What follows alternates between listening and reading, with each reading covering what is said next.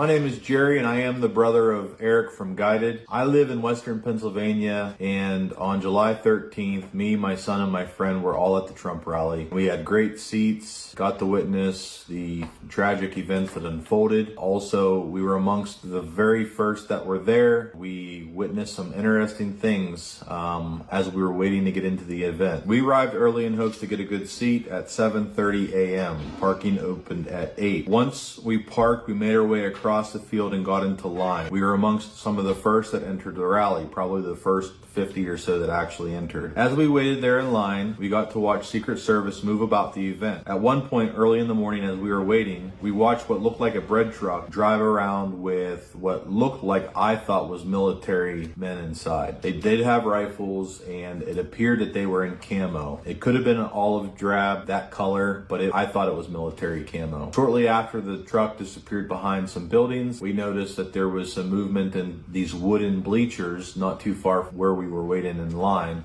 I would say about 75 yards or so behind us. Within the event, we noticed two men that appeared to have rifles on bipods stationed looking towards the event, which would have been somewhere around 150 to 200 yards away. With the height, the elevation that they had, there's no doubt that they had a clear view of where Donald Trump was going to be and also surrounding areas and even beyond with their elevation. This is different from all the images we've seen online of the two snipers on their roof behind President Trump. We could also see that they were lifting and lowering their hands as if they were using binoculars looking around or using rangefinders to range different distances in case a threat were to pop up, is what my thought was. I even made the comment to my friend. I said, hey, check out those snipers. After we got through the gate, we were able to get great seats behind President Trump. After Donald Trump arrived and started the event, when shots were fired, we originally thought that they were cap guns. Later, I found out by a cousin who was a Marine in Afghanistan, that's what bullets sound like as they break the sound barrier as they whiz past you. They have this high-pitched,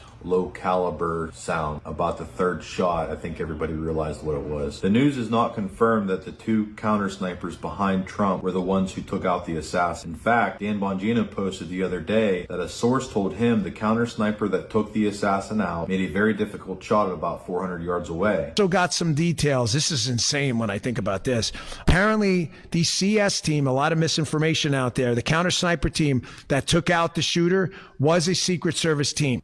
The shot, ladies and gentlemen, was one of the most difficult shots that any CS team has taken in a long time.